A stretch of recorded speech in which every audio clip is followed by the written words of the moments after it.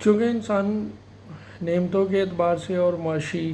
آسائشوں کے اعتبار سے مختلف ہوتے ہیں،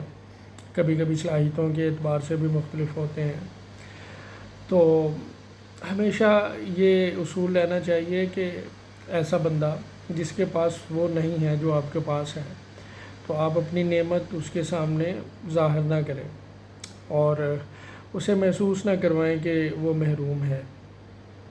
اس طرح سے ایک انسان کے ذہن کے اندر وہ محرومی بہت شدت اختیار کر جاتی ہے، وہ مایوس رہتا ہے اور اسی طرح اللہ کی ناشکری کرنا شروع کر دیتا ہے۔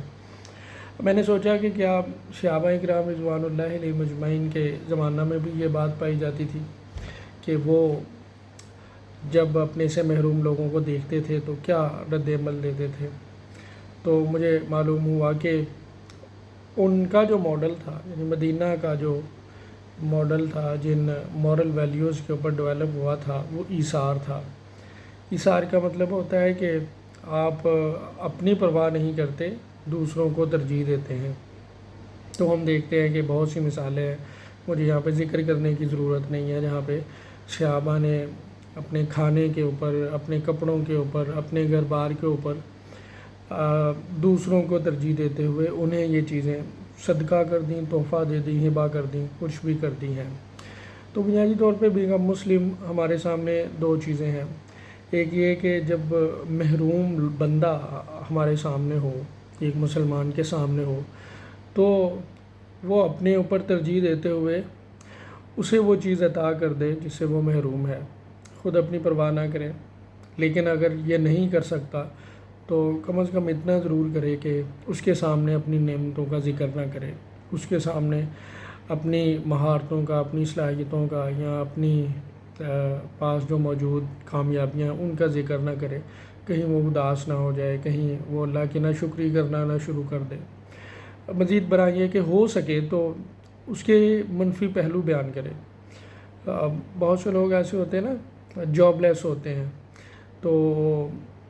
ان کے مقابلے میں جب ان کا کوئی دوست جاب پہ لگ جاتا ہے تو ڈیفینیٹلی یہ تو ایک انڈرسٹوڈ بات ہے کہ وہ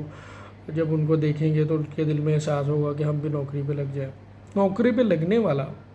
وہ جاب لیس دوستوں کے سامنے اس طرح ظاہر کرے کہ بہت کام ہوتا ہے، سر درد بہت زیادہ ہے، میں کھپ جاتا ہوں، یہ جو لائف سٹائل ہے یہ بہت زیادہ ٹاکسک ہے، اس طرح کی کوئی باتیں۔ ظاہر ہے کہ ہر چیز کے نیگیٹو پہلو بھی ہوتے ہیں۔ گاڑی لے لی ہے تو یار یہ تو بہت جلدی پیٹرول اس کا ختم ہو جاتا ہے، میرا تو دل ہی چاٹ ہو گیا اس پہلو سے۔ اسی طرح اور بھی بہت سی چیزیں ہو سکتی ہیں، آپ نیگیٹو پہلو آپ بہتر سمجھ سکتے ہیں، تو یہ ہونا چاہیے۔ سوسائٹی میں رہنے کے لیے ایک مسلمان کا جو مینیفیسٹو ہے وہ پہلے نمبر پہ تو یہ ہے کہ وہ ایثار کرے، دوسرے نمبر پہ یہ ہے کہ وہ ایثار نہیں کر سکتا، یعنی وہ چیز محروم کو نہیں دے سکتا، تو کم از کم جو ہے وہ اپنی نعمتوں کا ذکر ان کے سامنے نہ کرے۔ اور اگر انہیں پتہ چل بھی گیا ہے تو پھر یہ ہے کہ محروم لوگوں کے سامنے اپنے پاس جو موجود چیزیں ہیں ان کے نیگیٹو پہلو بیان کرے، تاکہ